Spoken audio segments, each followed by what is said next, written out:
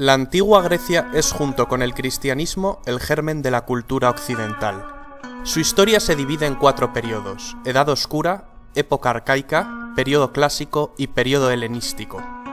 La civilización griega tiene su origen en la civilización cretense o minoica, de la isla de Creta, y en la micénica, de la ciudad de Micenas. Los cretenses ya construían palacios, como el Palacio de Nosos, con grandes habitaciones, escaleras monumentales, jardines y almacenes para el legendario rey Minos. En cuanto a la cultura micénica, situada en el centro y sur de la península griega, podemos destacar que también fueron grandes constructores. El yacimiento arqueológico más importante es el de Micenas, con la Puerta de los Leones. Estos helenos formaron la primera cultura avanzada de lengua griega. Esta escritura fue bautizada recientemente como Lineal B. Su economía era muy estructurada y dependían del comercio de productos como el aceite, lana, vino y esclavos. Se les considera los antepasados directos de los griegos. Cuando colapsa la civilización micénica, nos adentramos en la Edad Oscura.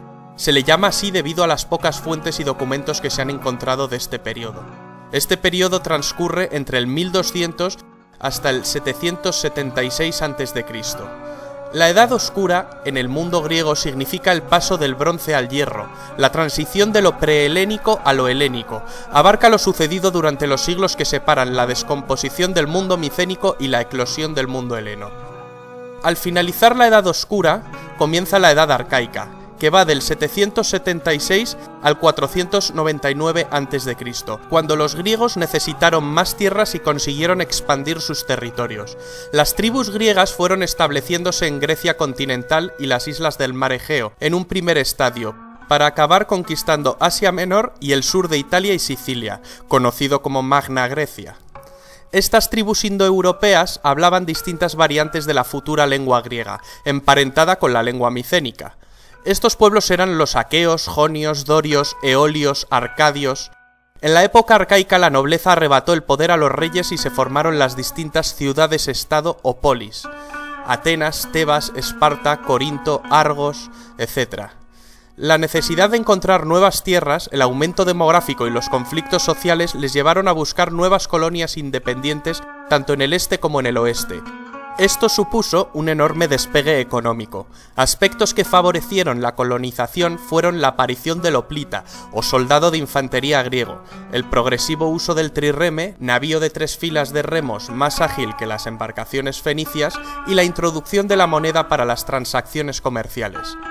En la decisión de fundar nuevas colonias, así como en la elección de su ubicación, jugó un papel fundamental el oráculo de Delfos, del que más tarde hablaremos. De esta manera la cultura griega se expandió. Aunque fueran ciudades-estado independientes que guerreaban entre sí, había un sentimiento de pertenencia a una misma cultura común y un sentimiento de unidad, ya que compartían una misma lengua, tenían los mismos cultos y creencias y se reunían en las mismas celebraciones. Los romanos llamaron griegos a los habitantes de la antigua Grecia, aunque estos se llamaban a sí mismos helenos, y con el nombre de Hélade se conoce al territorio en el que se asentaron. Tras la época arcaica comienza la Edad Clásica, del 499 al 323 a.C. En este periodo ocurrieron las guerras médicas, una liga de pueblos griegos contra el temible imperio persa. Todo comenzó cuando las ciudades jonias de Grecia y Asia Menor se rebelaron contra el dominio persa. Muy pronto, las demás ciudades formaron una confederación militar contra un ejército persa que estaba bajo el mando del rey Darío I, iniciándose la Primera Guerra Médica. Esta guerra se saldó con una victoria griega. La guerra se reanudó en el 480 a.C. bajo las órdenes del rey Jerjes, hijo de Darío. Los aliados griegos, con Esparta y Atenas a la cabeza, lograron vencer nuevamente al imperio persa. Famosas son las victorias griegas en Salamina y Platea, o la defensa heroica espartana del desfiladero de las Termópilas, liderada por el rey Leónidas. La suerte no solo de Grecia sino de la civilización occidental se había jugado en una serie de jornadas decisivas. Atenas inició una época de esplendor bajo el gobierno de Pericles, que cambió el mundo occidental. Sin embargo, pronto Esparta pretendió liberarse del poder ateniense. Espartanos y atenienses, antiguos aliados, iniciaron una larga guerra llamada la Guerra del Peloponeso, que concluye con la derrota de los atenienses y la nueva supremacía de Esparta. aunque pronto se produciría un nuevo renacimiento de Atenas tras el debilitamiento de Esparta y su guerra contra Tebas. En su último periodo, el helenístico, del 323 al 30 a.C., Alejandro, hijo del rey Filipo II de Macedonia, heredó de su padre una Grecia derrotada y acabó sometiendo al imperio persa. Sus conquistas crearon un vasto imperio desde Egipto hasta la India, ayudando a difundir la cultura griega por todo el Mediterráneo y gran parte de Oriente. A partir del año 200, los romanos se empiezan a apoderar de todas las zonas colonizadas por los griegos, tomando al fin el último de los reinos de los sucesores del imperio de Alejandro, el reino de la dinastía de los Ptolomeos, en Egipto, con Cleopatra como su última representante. Tras la derrota de Cleopatra y Marco Antonio en el 31 a.C. por parte de las tropas de Octavio, los romanos acabarían absorbiendo la herencia de la cultura griega.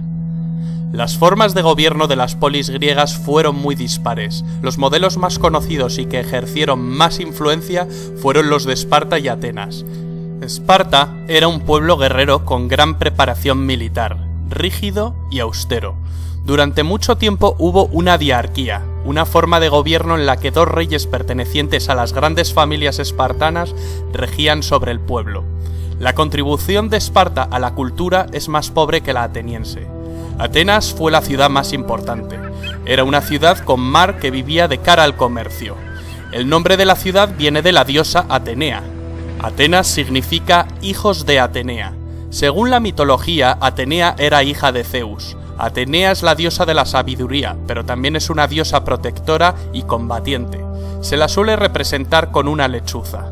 En Atenas nació el sistema político que hoy conocemos como democracia, el gobierno del pueblo, la forma más perfecta de gobierno, si bien este sistema difiere en muchos aspectos del que conocemos actualmente. Fue Pericles quien sentó las bases de este gobierno democrático, pero en siglos anteriores la obra de legisladores como Solón y de tiranos como Pisístrato y Clístenes hizo posible que los ciudadanos atenienses participaran en las tareas políticas. Las ciudades griegas estaban dominadas por una acrópolis, un pequeño recinto sagrado en lo alto de una colina. La Acrópolis de Atenas albergaba el tesoro de la ciudad y diversos templos para ritos religiosos y altares para ofrendas. La diosa Atenea era la patrona y protectora de la ciudad. Era honrada en el Partenón. El Partenón de Atenas fue mandado reconstruir por Pericles, pues los persas arrasaron con la antigua Acrópolis en la Segunda Guerra Médica. Fue realizado como agradecimiento de la ciudad a los dioses por su victoria definitiva. Los arquitectos fueron Ictinos y Calícrates, que estuvieron a las órdenes del gran arquitecto y escultor ateniense Fidias, autor de la decoración escultórica y de la gran estatua crisoelefantina de la diosa Atenea Partenos, que cada año era agasajada con ofrendas. Un ejemplo es la procesión panatenaica. Esta procesión atravesaba la ciudad. Comenzaba en el Ágora y ascendía hasta la Acrópolis durante el Festival de las Panateneas, en el que se ofrecía un vestido llamado peplo a Atenea. El Ágora de Atenas era el centro de la actividad política, administrativa, comercial y social. Aparte de las Acrópolis, había otro tipo de recintos sagrados. Estos eran los santuarios. Un santuario era un recinto panhelénico, por lo tanto su financiación, a diferencia de las Acrópolis, dependía de todo el mundo griego. El santuario de Delfos era el más importante del mundo. Estaba dedicado al dios Apolo.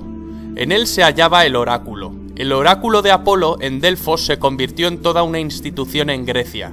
Cuando se consultaba, una sacerdotisa llamada Pitonisa entraba en trance y pronunciaba palabras inconexas que un sacerdote daba después coherencia en forma de proverbios. El que buscaba consejo extraía de él una predicción, que se podía interpretar de muchas maneras. El oráculo nunca fallaba, lo que podía fallar era la predicción. Peregrinos de toda Grecia, incluso extranjeros, se acercaban a Delfos a consultar el oráculo, que jugó un papel muy importante en la fundación de nuevas colonias o en asuntos de guerra. Otro santuario muy famoso es el santuario situado en Olimpia.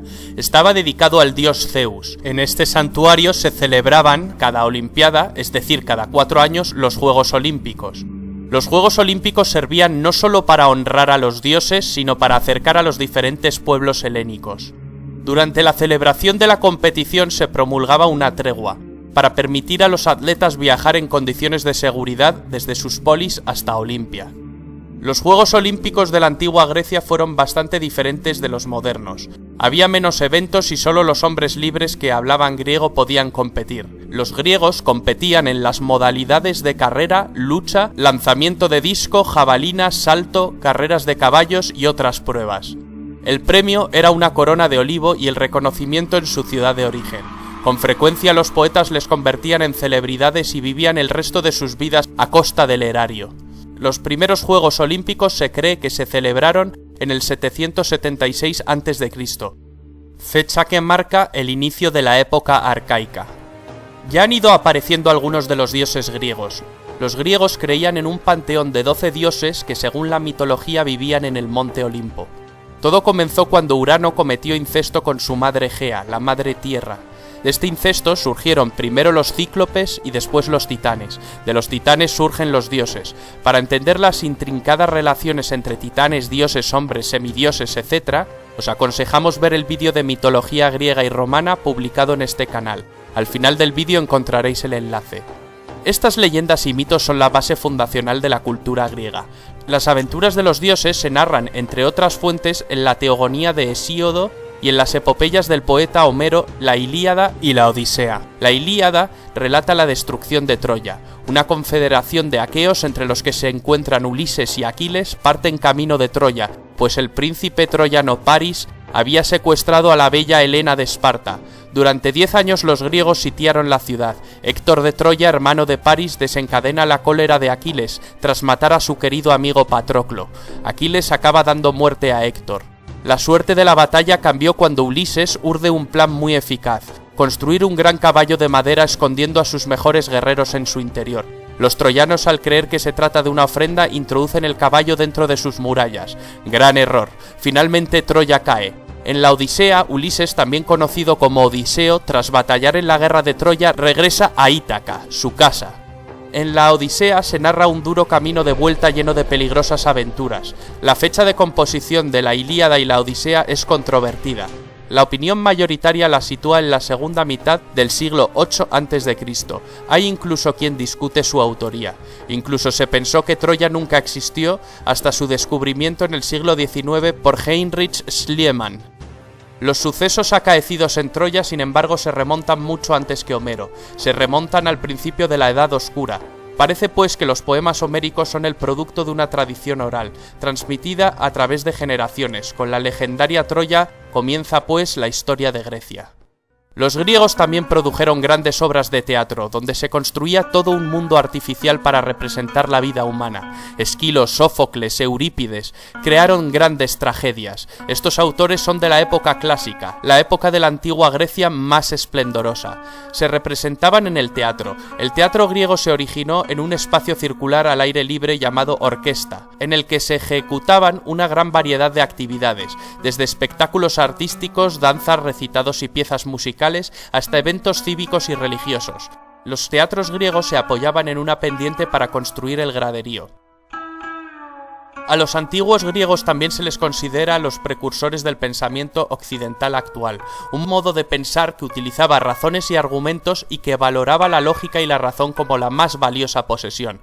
Para entender la filosofía griega hay que conocer la filosofía de tres figuras que han determinado el pensamiento occidental hasta nuestros días: Sócrates, Platón y Aristóteles. Sócrates vivió toda la época de Pericles. A los discípulos anteriores a él se les denomina presocráticos, como el matemático Pitágoras. El discípulo de Sócrates fue Platón, y el discípulo de Platón fue Aristóteles. Aristóteles asistió al ascenso de Macedonia y fue el preceptor de Alejandro Magno. La armonía de las proporciones y la representación de la figura humana fueron los elementos centrales en el arte helénico. Para estudiar el arte griego es importante distinguir entre época arcaica, clásica y helenística. Los edificios más destacables son los templos religiosos como el Partenón, que se ajustaban a determinadas proporciones. Podían ser de uno de los tres estilos u órdenes principales: dórico, jónico o corintio. La escultura es otro ejemplo de belleza y proporciones. Sus autores más importantes fueron Fidias, autor de la obra escultórica del Partenón; Praxíteles, autor del Hermes de Olimpia, con su famosa curva praxiteliana; Mirón, autor del famoso discóbolo; y Policleto, quien también escribió un tratado llamado Canon y es autor del Doríforo, su escultura más destacada. Aunque en el arte griego no hay muchas muestras de pintura, sí hay muestras de cerámica, donde se reflejaban las epopeyas literarias y su vida cotidiana.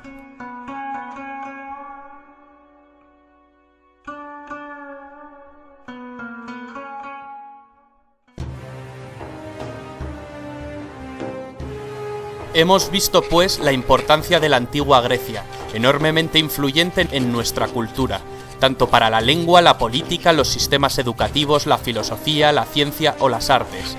También la cultura griega y por extensión la romana tuvo un importante auge en periodos como el renacentista o el neoclásico.